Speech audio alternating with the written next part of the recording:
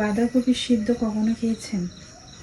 তো আজকে আমি বাঁধাকপি সিদ্ধ করছি। এটা হচ্ছে পাহাড়ি অঞ্চলের খাবার।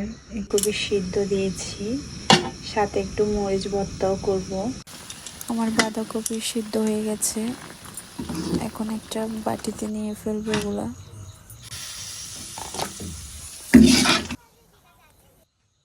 এখন কড়াইতে তেল দিয়ে ওই যে শুটকি, তারপর হচ্ছে মরিচ, এগুলো একটু পেঁয়াজ সহ সবগুলো একসাথে বেজে নিব ভর্তা করার জন্য। এই কপি সিদ্ধ আমি প্রথম খেয়েছিলাম আমার শ্বশুরবাড়িতে এসে। আমার শাশুড়ি মা নিজে আমাকে রান্না করে খাইয়েছিল, এবং যেদিন খেয়েছিলাম সেদিন থেকে আসলে খাবারটা আমার খুব প্রিয় হয়ে গিয়েছিল। প্রথম তো আমি একটু খেতে চাইতাম না, কিন্তু একদিন আমার শাশুড়ি মা বললো যে খেয়ে দেখো, একবার খেলে বারবার খেতে চাইবে। তো এখন যখন আমার বাসায় বাঁধাকপি থাকে তখন আমি এভাবেই সিদ্ধ করে মরিচ ভর্তা করে তারপর গরম গরম ভাতের সাথে খাই। আমার খুব ভালো লাগে।